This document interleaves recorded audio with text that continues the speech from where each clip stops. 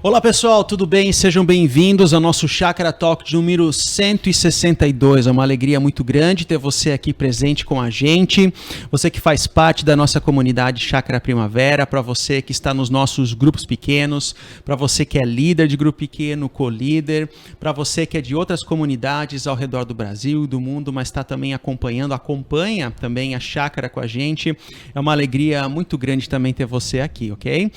Esse podcast ele tem como objetivo de trazer a Bíblia hoje, de trazer a aplicação das Escrituras na nossa vida, na nossa rotina, no nosso dia a dia, é a aplicação da palavra sempre em reação à mensagem do domingo anterior. E nesse episódio de hoje eu tenho aqui dois grandes amigos da equipe pastoral, Hugo, Augusto, como é que estão as coisas? Tudo bem? Vai lá, Augusto. Graças a Deus, bom estar junto com vocês, viu? Muito bom estarmos juntos também. É isso aí, Hugo. Augusto, nós estamos nessa série de mensagens A Vida na Vida, onde nós temos refletido sobre a implicação ou a prática da ressurreição nas nossas vidas, né? E o ponto de partida que a gente tem atuado, trabalhado, batido bem nessa tecla é que nós cometemos um erro e talvez meia culpa, né, desse mundo eclesiástico de considerar a ressurreição como aquele tema de domingo, né? Mas nós queremos reverter esse cenário no seguinte sentido, de que a ressurreição ela tem tudo a ver com as nossas vidas. Ela tem tudo a ver com as nossas vidas, né? A ressurreição ela é o nascer da nova vida, é quando Deus entra na história, na pessoa de Cristo, a sua morte, a sua ressurreição, a inauguração de uma nova vida, onde Deus está no processo de restaurar todas as coisas para assim, nós participamos disso. Então, por isso que esse tema da ressurreição, ele é muito importante. Então, tem a ver com a novidade de vida nas nossas vidas, né? Como diz Eugene Peterson, a nossa vida ela é moldada pela vida, a vida em Jesus. Então, na semana passada nós tivemos, ou retrasada no caso, né? Nós tivemos o primeiro final de semana, onde a gente falou sobre essa nova vida, o que seria essa nova vida, o que é a vida, né? Que foi a pergunta norteadora. E ontem, nos encontros desse domingo de ontem, e também no sábado, né? Agora sim a gente precisa mudar também a fita, né? Temos no sábado também, os né? encontros do final de semana. Os encontros do final de semana já mata a charada, né? Então nós refletimos sobre o tema da nova maturidade.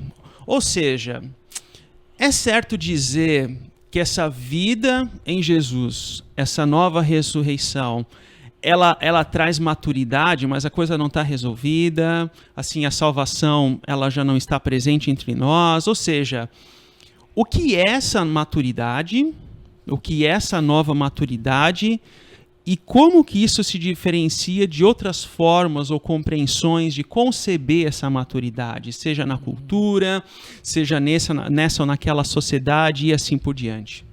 Acho que tem duas perguntas aí que você traz, né? Eu vou tentar focar na primeira e deixar a segunda mais para o Hugo. Que tem a ver o que ressurreição, o que a vida que Jesus está gerando em nós tem a ver com maturidade. A resposta é simples, tem tudo a ver. E a sacada para perceber isso é perceber uma palavra que é muito importante em todo o Novo Testamento, que é o telos e o teleios, né?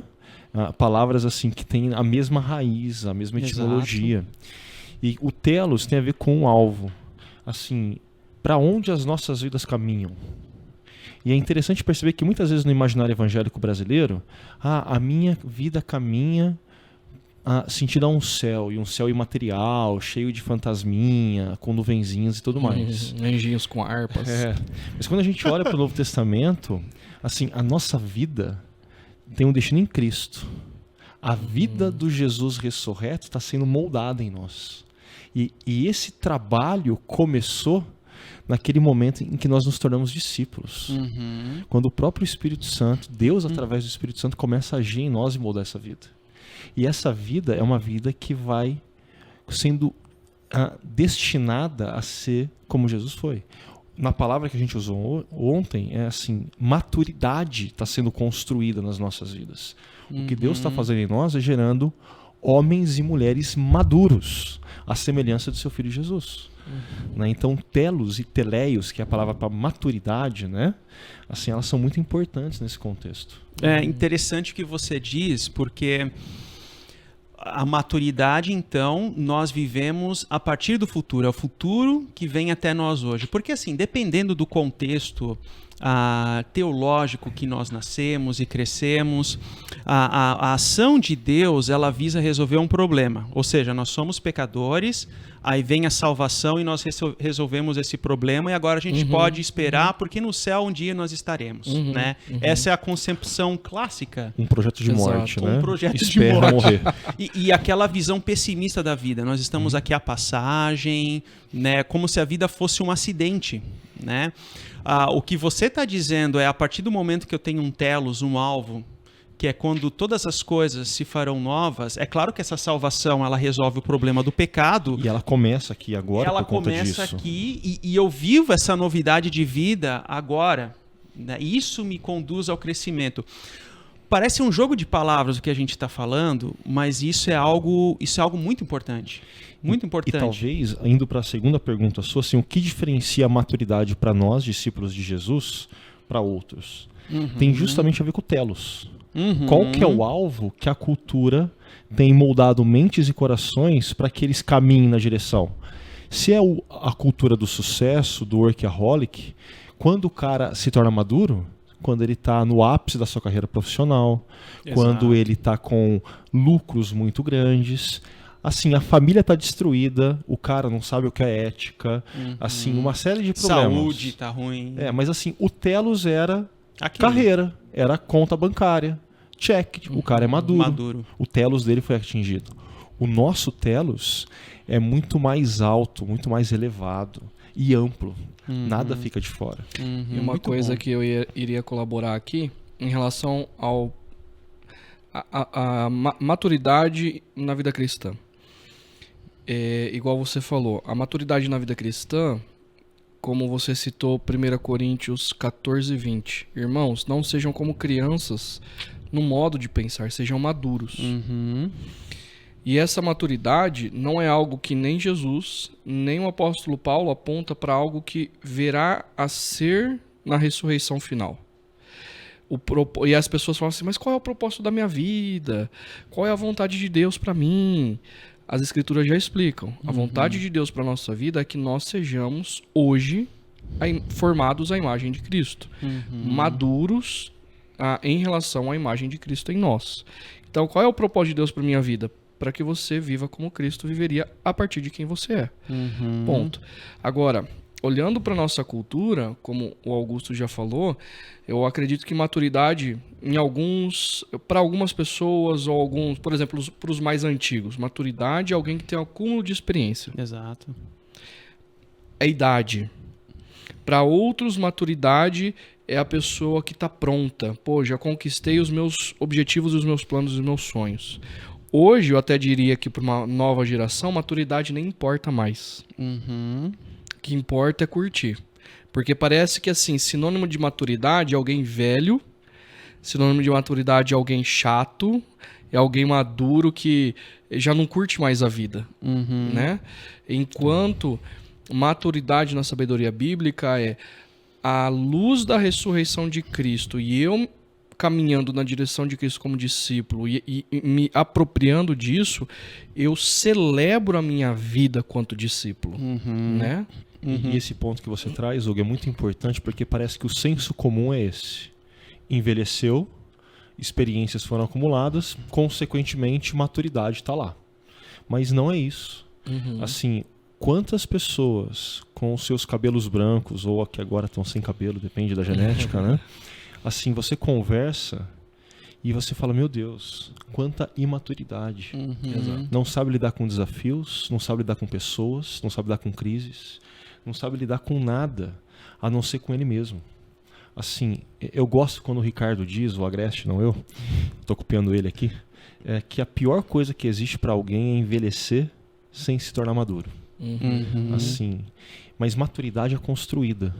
À medida que a gente vive, a partir da ótica da ressurreição de Jesus, que a gente vive experimentando da ação do Espírito Santo de dentro para fora, e a gente vai aprendendo a tomar boas decisões, a se relacionar bem, a encarar a vida, o mundo, os problemas a partir da palavra, cara, maturidade vai sendo construída. Só para fechar uma história, primeira igreja minha, assim, a história antiga, tinha um jovem, 18, 19 anos, primeiro ano de faculdade, e ele veio se aconselhar comigo porque ele estava interessado numa moça. E a moça tinha, assim, bem mais idade que ele, estava com seus 31, 32 anos. Só pro pessoal não achar, assim, bem mais idade, assim. Parece que tem... já jogou lá, tipo, não, 10, 50. Uma década para quem tá no primeiro ano de faculdade. Então explica a idade do cara. 18, 19, ela 31, 32. E ele já chegou assim para mim. Você não vai vir com esse papo de que a diferença de idade é muito grande para mim não namorar ela não, né? Aí eu lembro que eu falei para ele, cara, não. A minha crise é maior que essa. Aí ele, como assim a sua crise é maior que essa? Eu falei, cara, é que você tem 18 para 19 e a sua maturidade, ela faz todo sentido quando eu olho para alguém que está com 18, 19. Assim, você está no primeiro de graduação, você está na mesma fase. Ela tem 31, 32 e se porta igual aos adolescentes de 15 anos. Assim, você tem muito mais maturidade que ela. O descompasso não está apenas na idade. Você tem um descompasso que está acentuado pela imaturidade. Ele fez uma cara assim de pastel, né? Travou. E no final não deu namoro, né? Mas assim, também não deu BO. Porque tem alguns namoros que foram feitos para acabar e não acabar em casamento, né? Mas aí é uma outra história.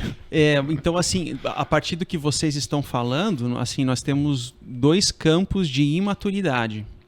Então, assim, e claro, falando em linhas gerais, né? De um lado nós temos aquilo que o Darren Patrick, que era um pastor e plantador de igreja, infelizmente teve uma morte muito trágica, né?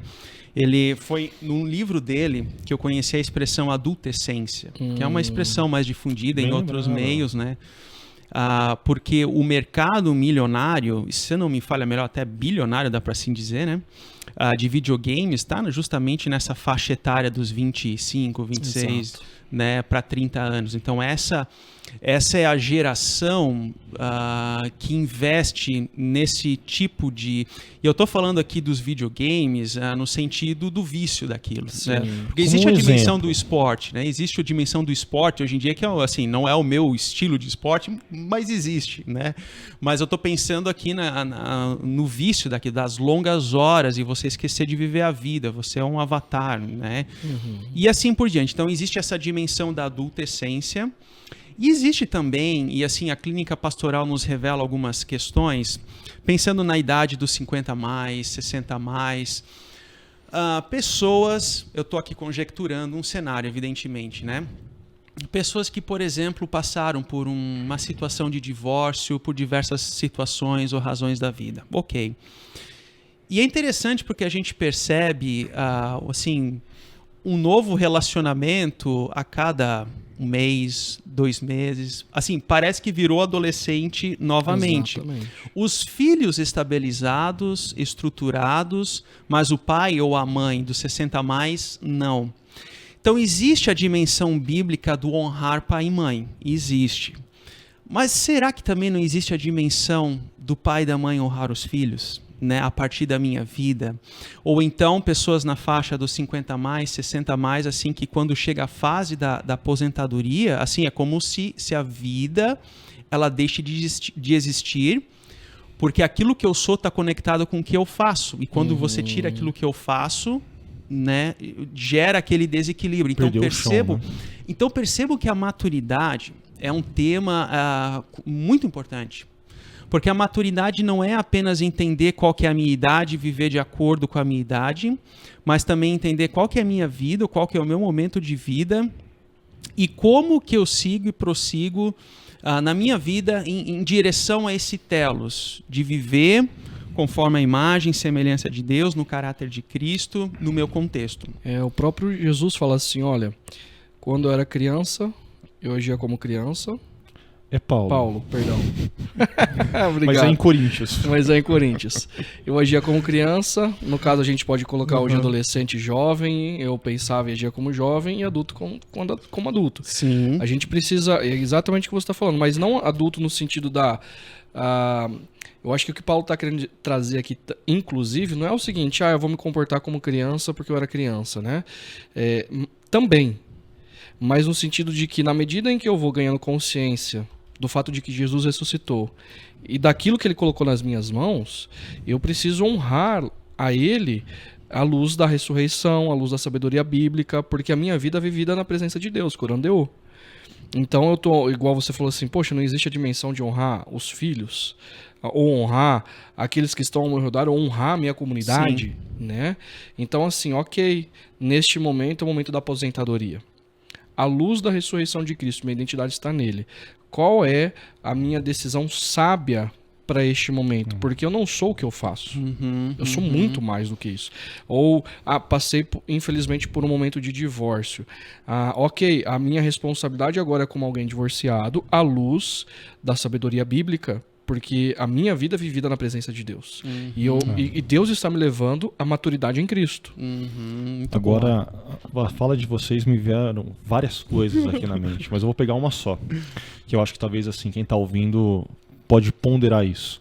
Que esse texto de Paulo, que ele fala, quando eu era criança, eu agia e falava como criança. 1 Coríntios 13, né? Assim, que está no contexto dos dons, tudo. Talvez a pessoa fale, mas Jesus disse que a gente tem que ser como criança para entrar no reino.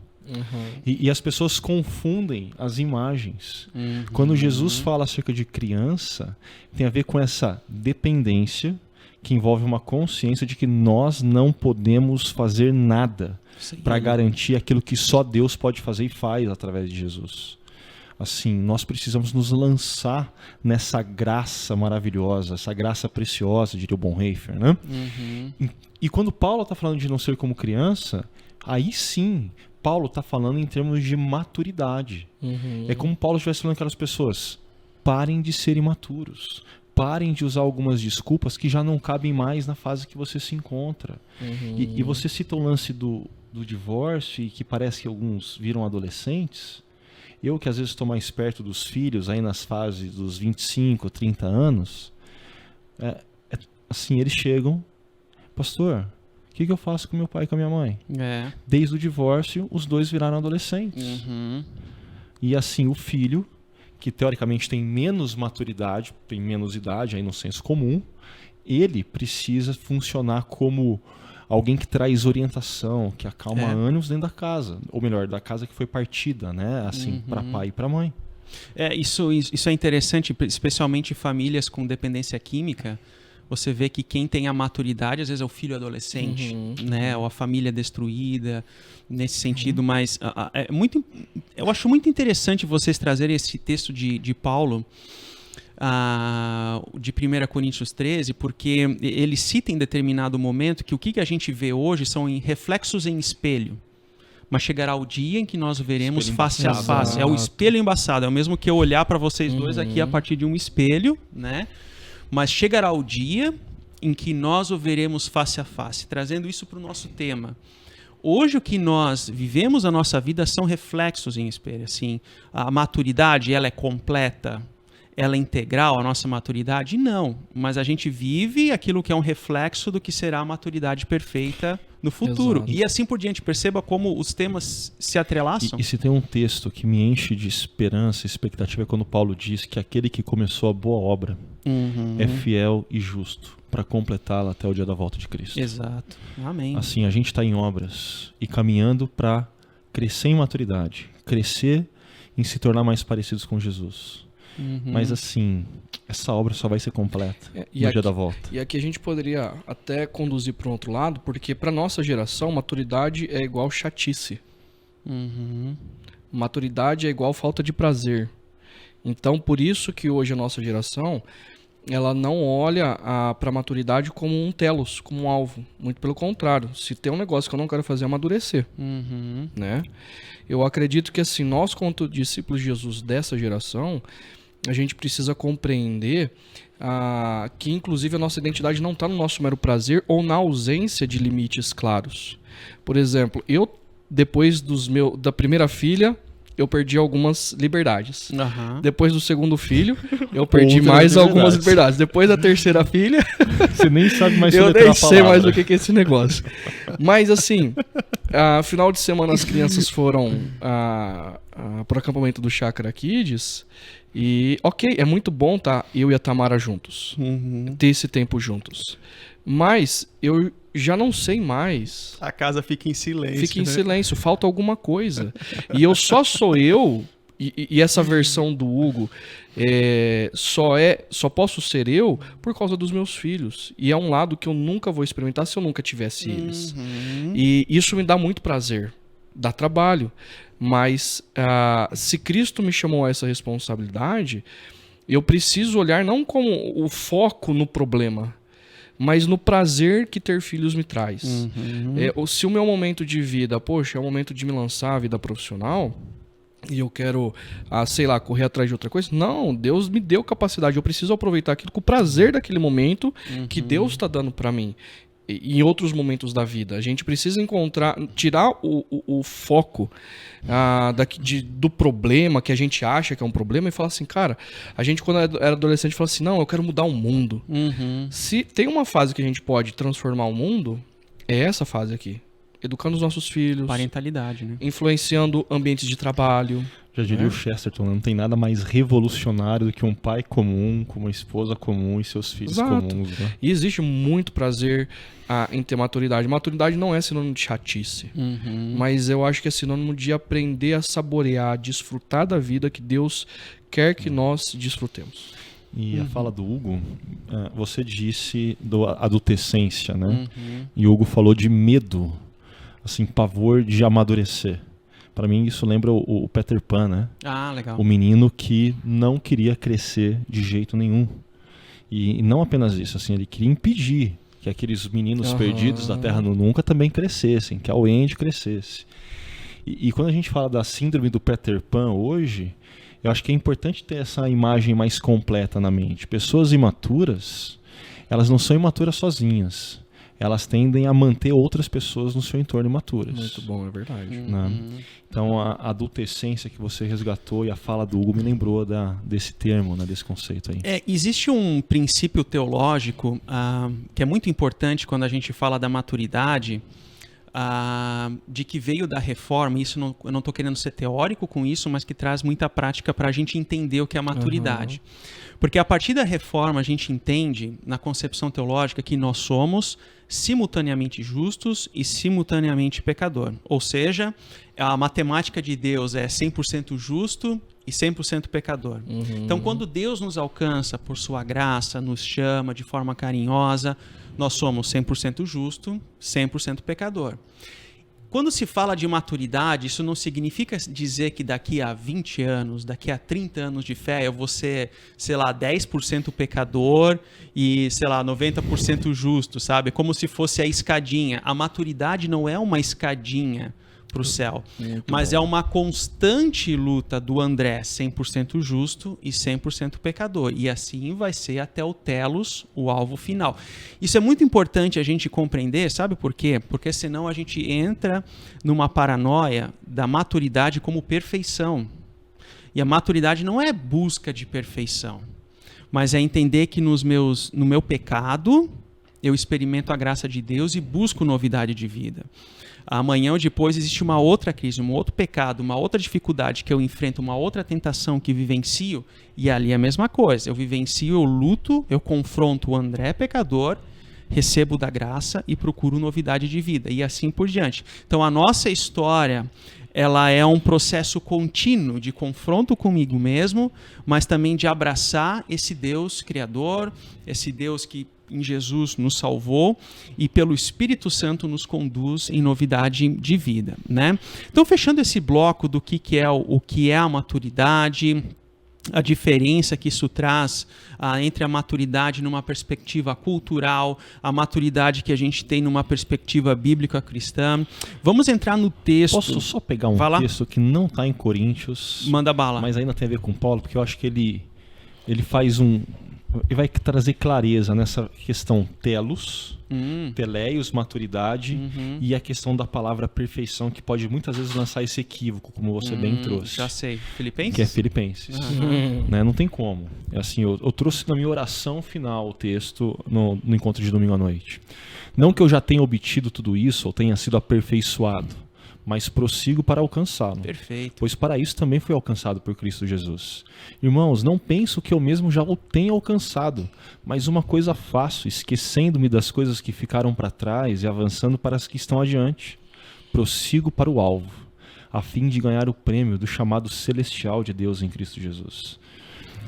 Todos nós que alcançamos a maturidade devemos ver as coisas dessa forma. Assim, Paulo está vinculando essas palavras a alvo, maturidade, perfeição, de uma forma muito tranquila e harmoniosa. Que não tem que gerar crise, mas tem que gerar esperança e engajamento no presente. Esperança no futuro e engajamento no presente. Interessante. Já podemos encerrar o podcast depois dessa, porque Paulo aí fecha Paulo, né, cara? Com chave de ouro, né? Quando a gente olha para esse texto de 1 Coríntios, né, que a gente refletiu, e nós iniciamos a abordagem a partir do capítulo 2, versículo 14, onde Paulo ele faz uma distinção muito importante, que é a questão do homem natural e do homem espiritual. Né? Então o homem natural ele não aceita as coisas que vêm do Espírito de Deus, pois para ele são loucura, né? Então como é que a gente pode, assim como ponto de partida, entender, interpretar o que é esse homem natural, o homem carnal versus o homem espiritual? Como é que é esse trem, como diz o mineiro? E aí, Hugo? Pode começar. Para mim é simples. O homem carnal é aquele que não creu naquilo que Deus fez na cruz, na morte e na ressurreição. E aí as pessoas, às vezes, elas têm uma certa dificuldade de entender, né? Então eu vou dar um passo atrás. Quando Deus cria todas as coisas, Adão e Eva representam a humanidade. Quando eles pecam, toda a humanidade está condenada. O pecado, ele afetou toda a criação, inclusive a humanidade. E quanto descendentes deles, nós nascemos pecadores, fruto da rebeldia. E aí o exemplo que eu dou às vezes é o seguinte, um casal tem um filho e o casal não paga a conta do plano de saúde. E o filho precisa usar o pronto-socorro e não pode, porque não pagou o plano de saúde. O filho tem culpa? Não tem culpa, mas quem representa são os pais. Ponto. Então, e esse homem carnal é o homem carnal que já não tem mais acesso a Deus. Ele nasceu de costas para Deus. E aí essa natureza pecaminosa é uma natureza da qual eu uso categorias humanas. E por mais que as pessoas falem acerca de Deus para mim, dos princípios e valores de Deus para mim, eu vou achar isso loucura. Então eu sempre vou seguir a minha vida a partir dos critérios da minha cultura, da sabedoria humana, né? Então esse homem carnal é isso. Agora, em um determinado momento, Deus vem até nós, ou as pessoas, e ele decide tirar as escamas dos nossos olhos e se revelar a nós, e o amor dele por nós. E aí eu passo a crer, por mais que eu não entenda, ou cientificamente isso não seja comprovado. E além de crer, eu compreendo que toda a vida vivida na presença dele sempre foi, e foi pela graça que ele me concedeu essa vida. Então o homem espiritual é o homem, ou a mulher, que nasceu do Espírito, como Jesus diz, né, para João Batista. Não adianta nascer só da água, precisa nascer do Espírito, que o Espírito Santo é dado a nós. Então, nós passamos a enxergar a vida como Deus a enxerga, revelado nas Escrituras. Então, eu acho que essa é a distinção. Legal. Muito bom. Mas dá os 2 centavos de contribuição aqui em 2 partes, cada moedinha de 1 centavo, né? Acho que o primeiro desafio que muitas pessoas têm quando leem esse texto é que a gente vem de uma cultura evangélica que é muito dualista. A carne é má, o espírito é bom. E quando a gente fala carne, a gente está falando de literalmente carne. O corpo humano é mau. Meio assim, platonista, a matéria né? criada é má. Só que isso não tem a ver com Bíblia, isso tem a ver com Platão, uma pegada platonista, Exato. né? Ou neoplatônica, melhor dizendo. E não é isso. Assim, Deus criou a matéria, Deus criou o corpo, inclusive o corpo fará parte da ressurreição. Podcasts passados, fica a dica. Esse é o primeiro ponto. O segundo ponto é que talvez você precise, assim, cultivar um hábito. Alguns textos mais difíceis, em vez de você ficar numa única versão, assim, se você usa o YouVersion, um aplicativo gratuito, seleciona o versículo, dá lá comparar. E aí você vai perceber que algumas versões trazem homem natural, outras homem carnal. E assim, por que dessas diferenças? Não é que o tradutor errou. é que eles estão tentando expressar melhor o que a palavra está querendo dizer, o que aquele texto quer dizer. E aqui tem a ver com um homem que tem a sua mente moldada pela cultura e não pela palavra de Deus. Exato. Tanto que na sequência, qual que é o coração do texto? Nós, porém, todavia, contudo, entretanto, nós, porém, somos diferentes. A nossa mente não é moldada pela cultura. Nós somos moldados por Cristo. Então, essa é a distinção, ao meu ver, que a gente precisa ter em mente e ter no coração quando lê um texto assim. É muito bom, porque assim, o que justifica também, a meu ver, né, as diferentes traduções para homem natural, homem carnal, é porque há uma dificuldade de traduzir o próprio termo, né? Porque ali o termo é psique, de alma, né? Ou seja, a pessoa que é moldada pela cultura ou que olha somente para dentro de si mesma, né? Então, assim, é um termo difícil, mas o X da questão é qual? É que o homem, a gente não há como falar em maturidade para o homem natural, para a mulher natural. Entendeu? É como a analogia do surdo numa ópera. Ele não escuta aquilo, ele não contempla aquilo. Então, as promessas de Deus são para o povo de Deus. O povo de Deus pressupõe aquele que pela fé recebeu a graça, o amor de Deus, ele se torna homem ou mulher espiritual, ele vive pela graça, em meio aos seus pecados, mas em meio a uma construção de vida que reflita essa novidade de vida. Então, assim, o ponto de partida para se falar em maturidade é compreender que não há como falar em maturidade para o homem natural, né? Porque são loucura para ele. Até ontem, no final do encontro aqui em Barão, o Luizão veio... como é o sobrenome dele? Cordeiro. Ele veio para falar comigo. Querido. E ele perguntou assim sobre essa palavra loucura, né? Porque no versículo 14 fala que não podem entender, pois lhe parecem loucura. Ou seja, as coisas de Deus, a voz de Deus, isso tudo é loucura. Mas ao mesmo tempo, mais tarde, Paulo diz que aprove Deus alcançar os que creem pela loucura da pregação. Interessante porque é a mesma palavra, mas em diferentes aplicações, diferentes perspectivas, ele quis saber se no grego é a mesma palavra. Não, é a mesma palavra, mas ela possui diferentes aplicações, é como você usou o exemplo da criança, né? Num contexto tem a ver com imaturidade, outra semântica de interpretação tem a ver com a dependência. Então é a mesma palavra para diferentes aplicações. E aqui a loucura da pregação é porque isso é algo inacessível aos ouvidos do homem natural. Então esse é o ponto de partida que a gente precisa ter. Talvez uma coisa para ponderar é que assim, não é que as pessoas não estão dispostas a falar sobre maturidade. Se você pegar o Google, você vai ver que tem trabalho sobre. Assim, o pessoal que é terapeuta tenta trabalhar essa temática. Exato. Meio pro corporativo, essa temática é importante, né? Às vezes aparecem outros nomes, né? Inteligência emocional, resiliência. E por aí vai. Mas qual que é a loucura? É porque verdade. O telos, o alvo, é outro. E não apenas isso. Talvez antecipando aqui, no capítulo 3 vocês trouxeram, né, o texto de que o alicerce é Cristo. Não apenas o alvo é outro, mas o chão, a partir do qual é construído, também é outro. E isso que é loucura para aquelas pessoas. O chão da onde a gente parte e o alvo para o qual a gente caminha não faz o menor sentido para eles. Interessante. Não apenas o fundamento certo, mas também o alvo certo. O alvo certo. Agora, uma pessoa, um empresário, um profissional liberal, um professor universitário, um estudante que vive nesse meio, mas que tem o fundamento certo e o alvo certo, ele precisa compreender qual que é a história, ou discernir, né? Como diz, que julga todas as coisas, como Paulo fala que o homem espiritual julga todas as coisas. Ele precisa discernir e julgar todas as coisas sobre, como é essa cosmovisão, viver essa cosmovisão cristã no ambiente onde eu estou, né? Então, o gráfico que nós apresentamos ontem era que havia um círculo maior, que era a cultura de Corinto, a sabedoria do mundo, que era influenciada pelas filosofias gregas e naquele ponto específico sobre uma filosofia mais sofista. E essa cultura estava influenciando o bloco menor, que era da comunidade. A comunidade. Então, assim, ela estava assimilando aquela comunidade. A pergunta é, como eu, enquanto um profissional, enquanto um executivo, enquanto um trabalhador na fábrica, enquanto um estudante, enquanto, sei lá, dona de casa, eu influencio como sendo um homem, uma mulher espiritual, a viver essa cosmovisão, a viver essa ressurreição aonde eu estou.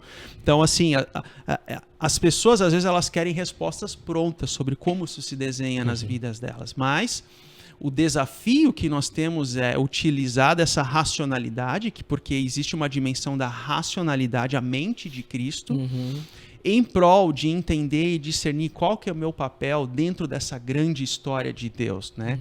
Isso tem a ver com cosmovisão, né, Augusto? Não, e assim, esse tema é um tema que eu gosto muito, tá? Então é doce pra criança. Qualquer coisa vocês me cortem aqui.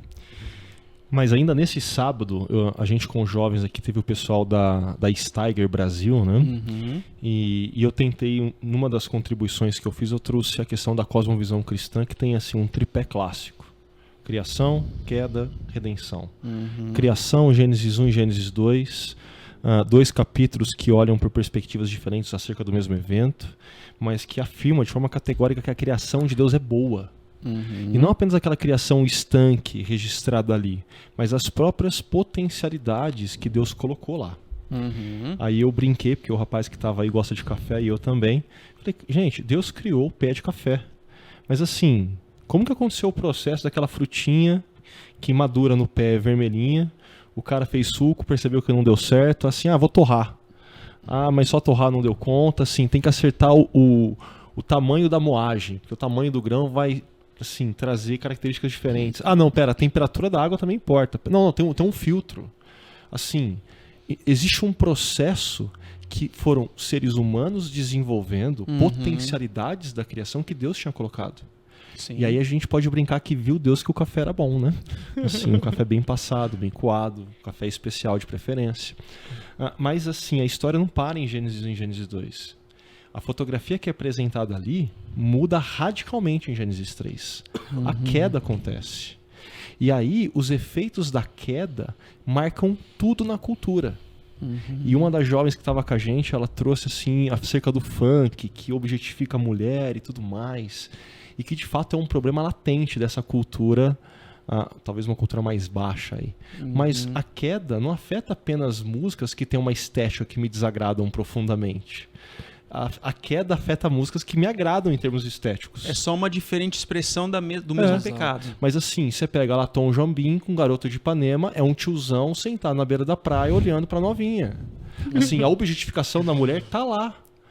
Mas a estética me agrada muito, é verdade. Ou Tchaikovsky, eu amo Tchaikovsky, entendeu? Por exemplo, as músicas, assim, 1812, a peça de Tchaikovsky é linda, recente, mas a vida de Tchaikovsky, assim, era um caos, assim. Então, criação e queda. A gente tem que ter a mente de Cristo que consegue discernir na realidade quais são as coisas boas. No espaço de trabalho tem coisas boas acontecendo. No seu contexto de vizinhança tem coisas boas acontecendo. Quando você está na rede social tem coisas boas acontecendo, apesar de no Twitter ser bem mais difícil. Ali é difícil. Mas você também tem que perceber que a marca da queda está lá. Que tem coisas que foram extremamente afetadas. E outras, por mais que você ache que não foram afetadas, foram sim afetadas. Mas a redenção é o terceiro pé desse tripé, que não apenas oferece uma lente para a gente olhar, mas oferece um ethos, oferece um desafio, oferece uma missão para a gente encarnar. Agora, não tem receita de bolo de como a gente vive a redenção ou a vida do Jesus ressurreto nos diferentes contextos que nós estamos. Mas a gente precisa cultivar a mente de Cristo, perceber o que Deus está fazendo na história para se engajar. E aqui talvez vá a última imagem, que também não é minha, que é, Deus está fazendo ondas. O nosso papel é surfar nessas ondas. O homem espiritual é alguém que discerne o que Deus está fazendo na história. E o que Deus está fazendo na história é redenção. E aí então ele percebendo isso, ele se engaja nisso. Ele faz parte disso. Exatamente. Muito bom. E eu iria dizer o seguinte, talvez de um pouco de maneira mais prática. Voltando para Coríntios, eles estão misturando a cultura com a fé. Sincretismo. E aí eles estão pegando a categoria dos sofistas e aplicando a liderança e causando divisão. Mas a gente faz isso de maneira prática também. Então, por exemplo, que aí entra naquilo que você está falando. O casamento é bom, criado por Deus. Pecado. 2 indivíduos que querem, precisam aprender a lidar com respeito, com serviço mútuo, sacrifício mútuo. Gênesis 3 vem a crise conjugal. Aí a gente vai para a cultura. Aí ele ou ela, dependendo, vai para um psicólogo, que dependendo da linha de cosmovisão do psicólogo, da psicóloga, vai falar assim, não, você tem o direito de ser feliz. Vá para o caminho mais simples. Quando ter a mente de Cristo gente, a realidade nós temos conflitos, ponto. O seu papel é ter que lidar com o seu orgulho. O seu papel é, de fato, ter que mudar o comportamento de uma boca suja. O seu papel, de fato, é ter que se submeter. E por aí vai. Agora, o resultado final, que entra ao longo de meses e anos, é um casamento muito bom.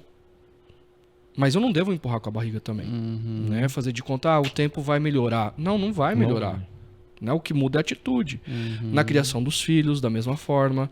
No ambiente de trabalho, a gente precisa compreender as influências que estão por detrás do mercado no qual eu estou inserido, ou da dinâmica que está sendo conduzida, o projeto e por aí vai. Agora eu preciso ter consciência, saber qual é a cultura por detrás daquilo. Quanto discípulo de Cristo, ter a mente de Cristo, não é saber recitar versículo ou etc. Mas a mente de Cristo quanto discípulo de Cristo, Jesus ressuscitou dos mortos e é Ele quem governa essa empresa, e eu sou o representante dele aqui nessa empresa, qual é a minha postura?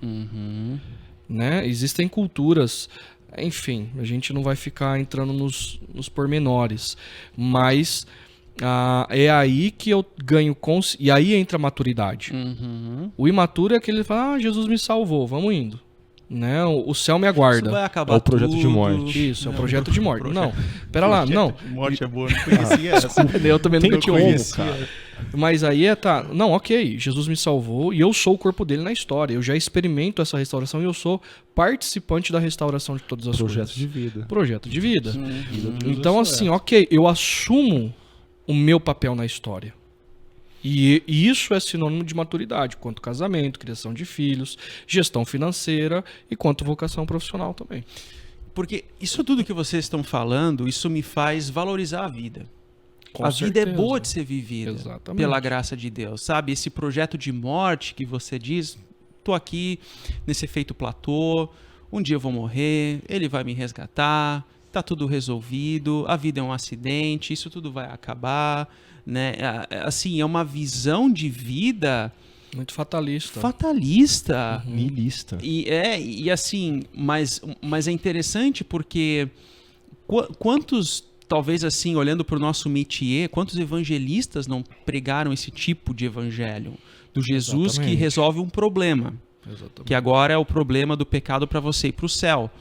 Ok, mas e aí, o que eu faço com o meu trabalho, com a minha família? Então, o que vocês estão falando é que a cosmovisão, ela traz a beleza da ressurreição para a vida. Então, eu posso aproveitar a vida no sentido bíblico de se dizer, não no sentido hedonista, né, orientado ao prazer, mas no sentido de que, cara, é bom viver, é bom. Exatamente. E tá aí uma outra diferença. Numa cultura hedonista, o telos é o prazer. Na cultura bíblica da sabedoria do Deus Criador, a maturidade é o telos.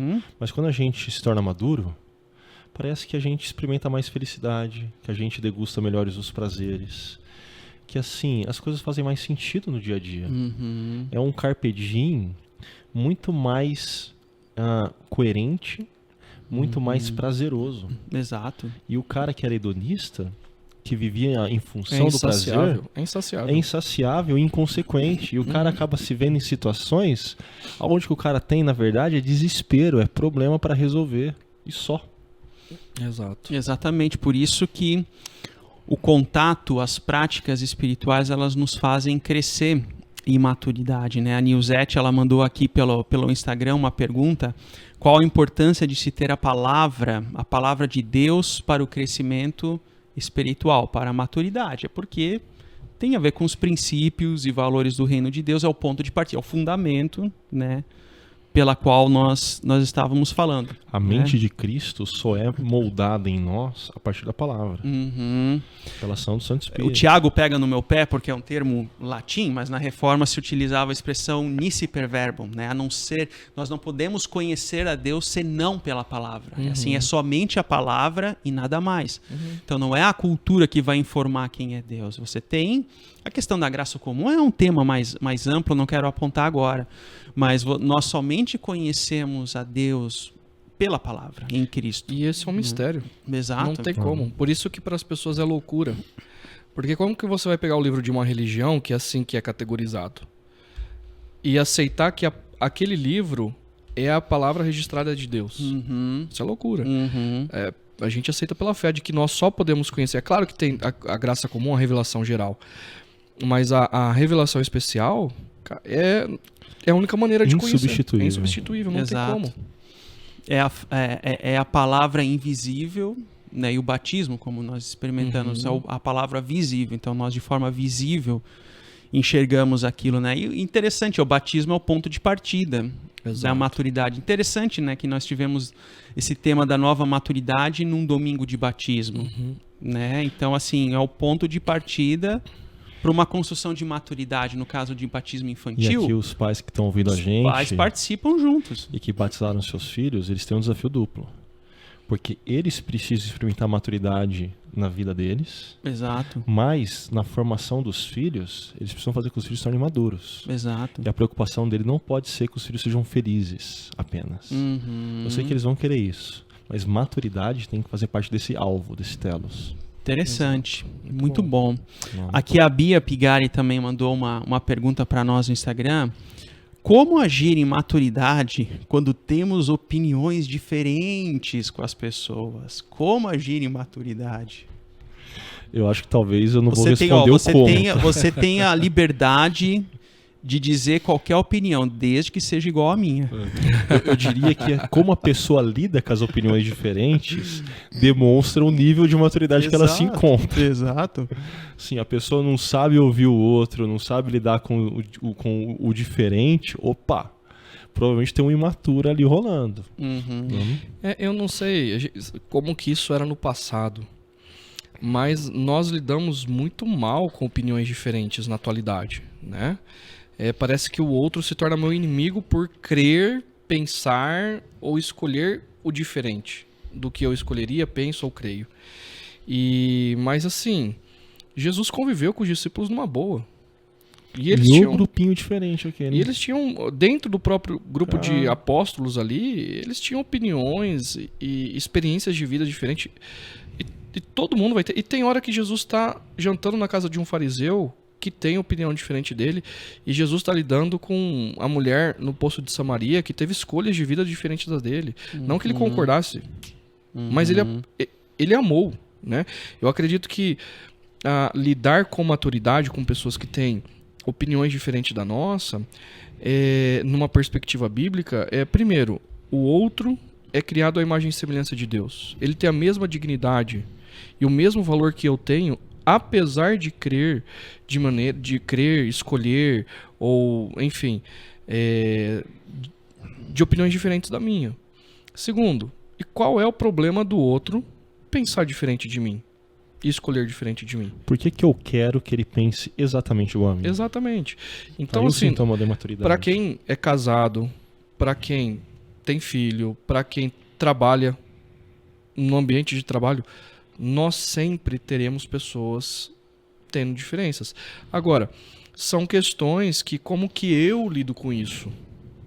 A outra pessoa torce para o time diferente? Tá tudo bem. Mesmo que não tenha mundial. Mesmo que não tenha mundial. Aproveita que o Ricardo não tá aqui, né? Tá tudo bem. Ele tá, é mais legal. Tá tudo bem. A outra pessoa vota, tem uma preferência partidária diferente. Tá tudo bem. Ela continua tendo a mesma dignidade e o mesmo valor que eu tenho, e Deus continua amando da mesma forma que Ele me ama o próximo.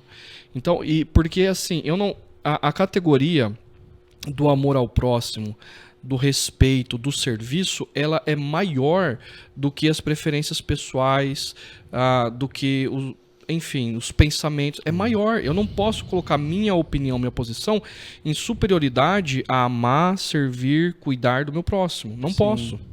E aí é que tá, acredito eu, o fato de que Jesus conseguiu amar inclusive Judas.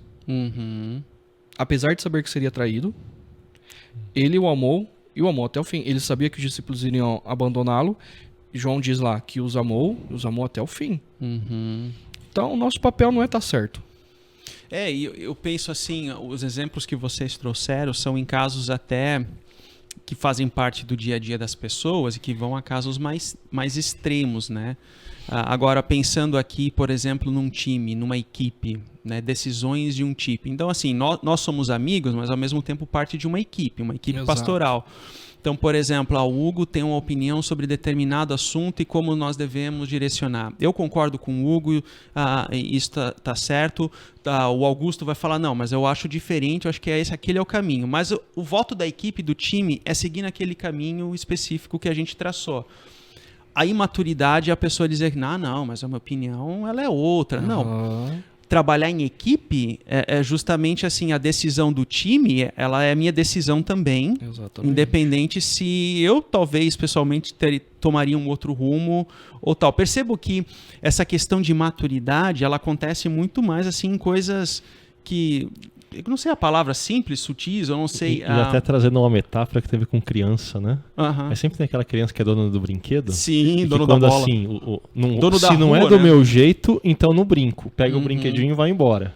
Isso é coisa de criança imatura. Gente madura tá na mesa, mesmo que eu discorde, a gente combinou tal coisa, é tal coisa. Assim, a maturidade tá nisso. Isso me lembrou o dono da rua, do Cebolinha, né? Então, Mas eu concordo, André. Outra coisa diferente assim, poxa, os valores da empresa ou os valores do meu superior não são como os meus e ferem de fato coisas primárias. Eu não devo concordar. Sim. E daí talvez eu tenha que fazer a escolha de, ok, não compete eu trabalhar aqui. Agora, outra coisa, se esses valores eles não são quebrados, é uma questão de administração. Eu faria de forma diferente, mas está tudo bem. Porque eu vou trabalhar para a unidade, eu vou trabalhar para o time ganhar, apesar de, administrativamente, fazer de uma forma diferente. E está tudo bem. Dentro da questão teológica, tem uma citação que falam que é de Agostinho, mas é anterior, eu não vou lembrar o nome que o cara que vem antes, que é: no essencial a unidade, no não essencial a liberdade, mas acima de tudo o amor, né? O amor. Tem a ver com maturidade, como a gente lida até mesmo com questões teológicas, com essas diferenças. Exato. Fugiu o nome. Era um mas pastor bem luterano, por sinal. Tudo que é bom é Lutero aqui. Sim, é verdade. Essa frase remete a Agostinho, cara, não tem como ser luterano. Brincadeiras à parte.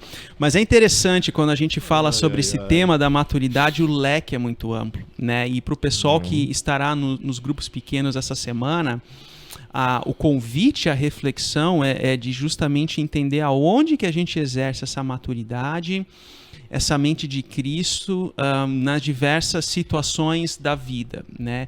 E a linguagem que Paulo utiliza aqui no texto, a imagem da agricultura, dessa da construção civil, como forma, né, de nos moldar, a imagem da agricultura assim, no mundo antigo, que era assim, aquele cuidado individualizado, né? Era algo muito, muito bonito, mas acima desse fundamento que é Cristo, né? Tendo esse fundamento que é Cristo, mas o alvo, o telos, que é a ressurreição. Então, isso que designa uma nova maturidade, né? E é interessante porque Paulo, no capítulo 3, versículos 1 a 4, e aqui nós partimos do ponto de partida da reflexão, é que ali os 4 primeiros capítulos de 1 Coríntios tem um fio vermelho muito claro, que é o problema de divisão na igreja de Corinto, né? Tinha então, dois grupos, corintianos e palmeirenses. Corintianos e palmeirenses ali no meio. Disso.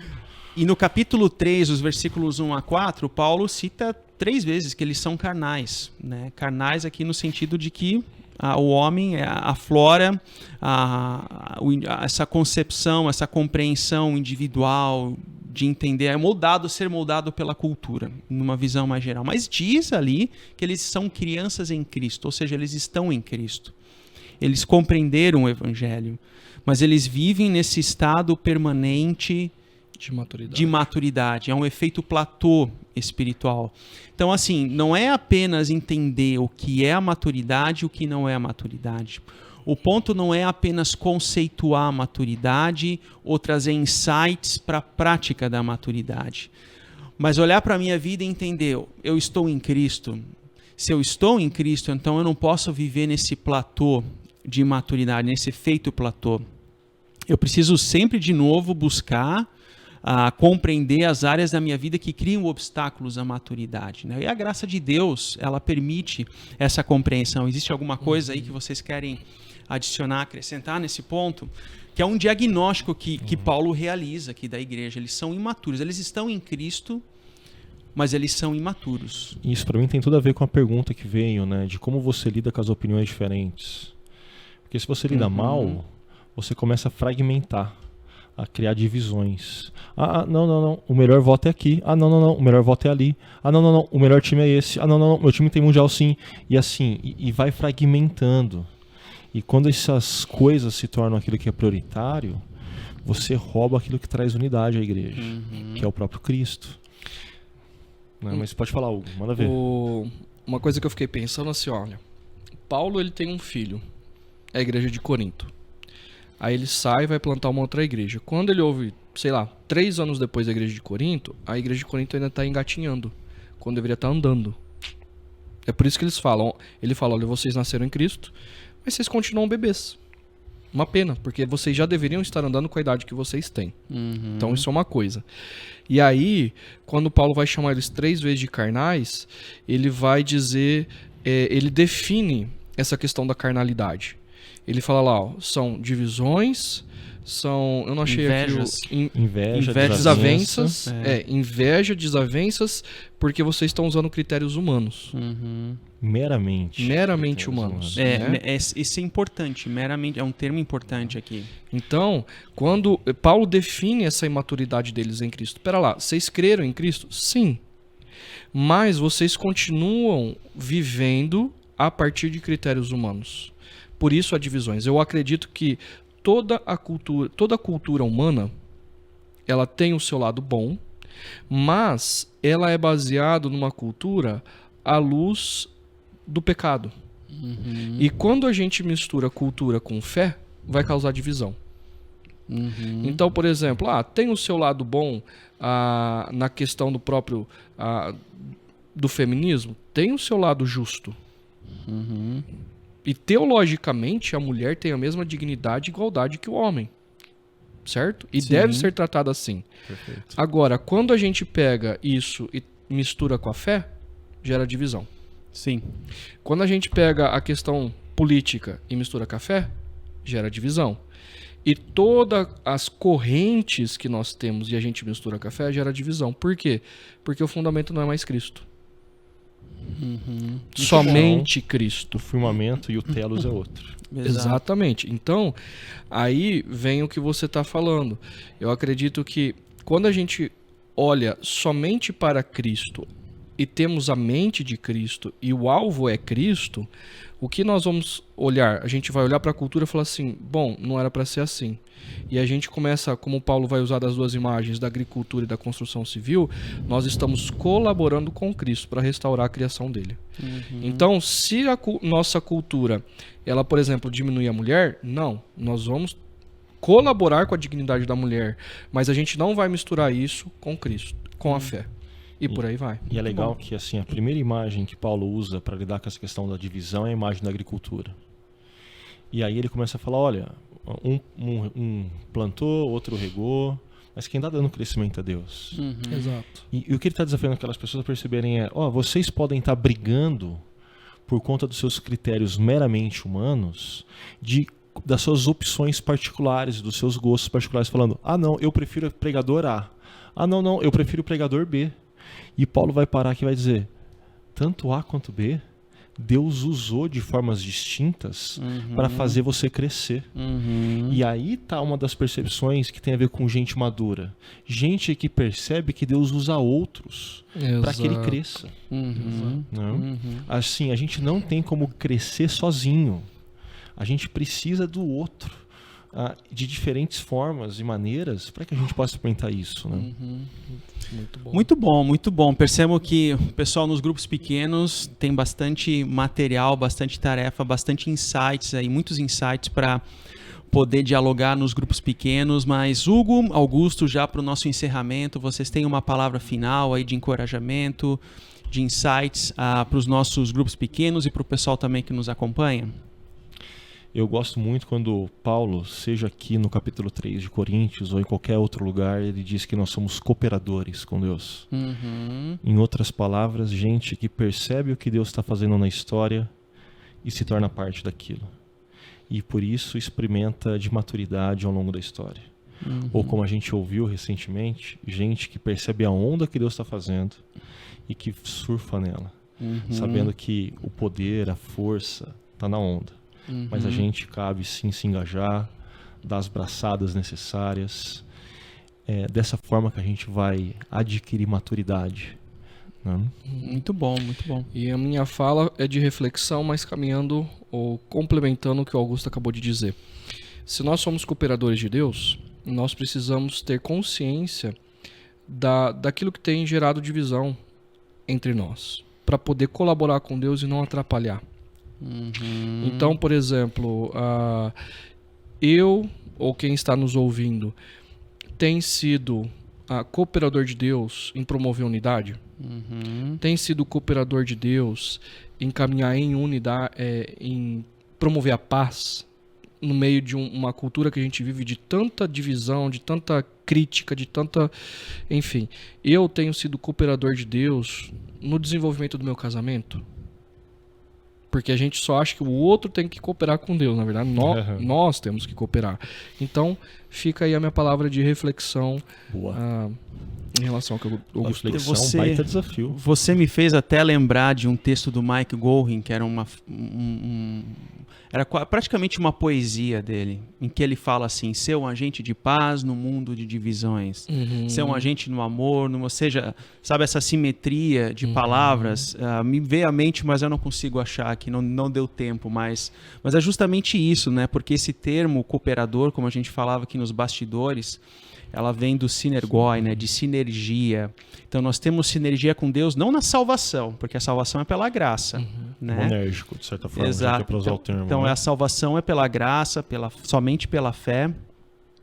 Mas nesse processo de construção de vida, de maturidade, nós participamos desse processo, né, onde Ele atua e faz o crescer. Desculpa, nas nossas vidas, né?